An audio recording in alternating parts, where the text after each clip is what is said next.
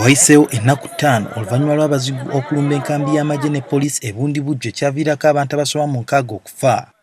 Olunaku lwa leero omudduumizi w'amagye ow'ekibinja ekisooka era kati nga yaddumira ebikwekete erudda eno avuddeyo n'ayogerako ne NTV. Brigadier Peter Elwelu avumiridde ebikolwa bino ebyaliwo ku lw'omukaaga era n'ategeeza nga bwe bakizudde nti abaddumira olukwe luno bwe bali abakulembeze okuviira ddala ku mitendera egya wansi omuli aba LC1 bakanasala nga kwotadde n'abamu ku bakulu mu Businga bwa Rwenzururu.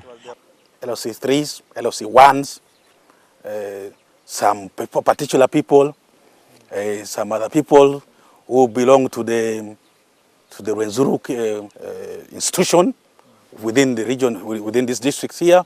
So a number of these people have been arrested, have been picked up for questioning because their names keep on coming up from this, the youth who were captured. Ategeezezza nga abaakola obulubanganyi buno bwe baali bayambibwako abantu abatendeka obulungi nga n'ekigendererwa kyabwe kuwamba byakulwanyisa okuva mu nkambi ey'amagye ne poliisi.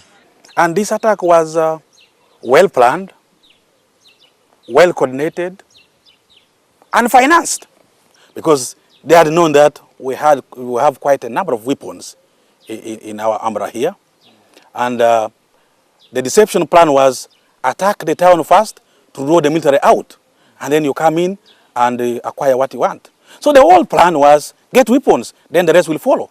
Ku ky'omukulembeze w'eggwanga kyayogeddeko nti ebitongole ebikesi tebyakola bulungi kuketta bulumbaganyi buno. Ono agambye nti kino kola obulungi abantu aba bulijjo balina okukolagana awamu n'ab'ebyokwerinda. The intelligence is first from the people, the LOCs, the PISOs, and these are native, these are people from the same community.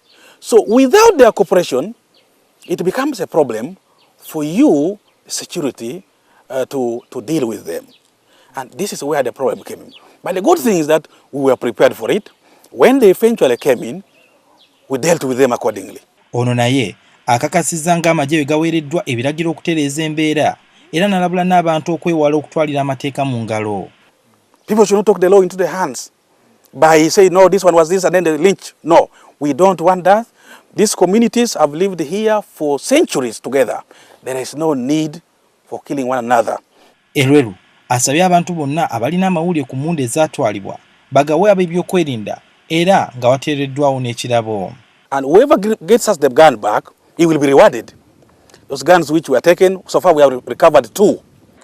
Ebimu ku bisi ebyakozesebwa okulumba barracks omuli emmundu nnya n'ekika kya RPG eyali yabbibwa mu barracks, amafumu, amajambiya, ebiso, emiggo ne butidde ebiriko omusaayi bitulagiddwa. Tuli wano mu paaka nga kwotadde n'akatale ka Bundibugyo era buli kimu nga w'okirengera abantu bazzeemu okutambuza emirimu gyabwe awatali kutya kwonna oluvanyuma lwa poliisi n'amagye okubongera obukuumi. Kusinzira kwebade tekyali nga jo. Kubanga buli webadde bagamba nti weebali nga amagye gatuukawo. Ate ne tugenda okulaba nga emmamba, mmotoka z'abamagye kati naffe ne tufuna okuguma.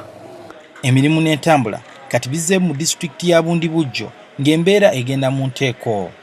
Sohail Mugabi, NTV, e Bundibugyo.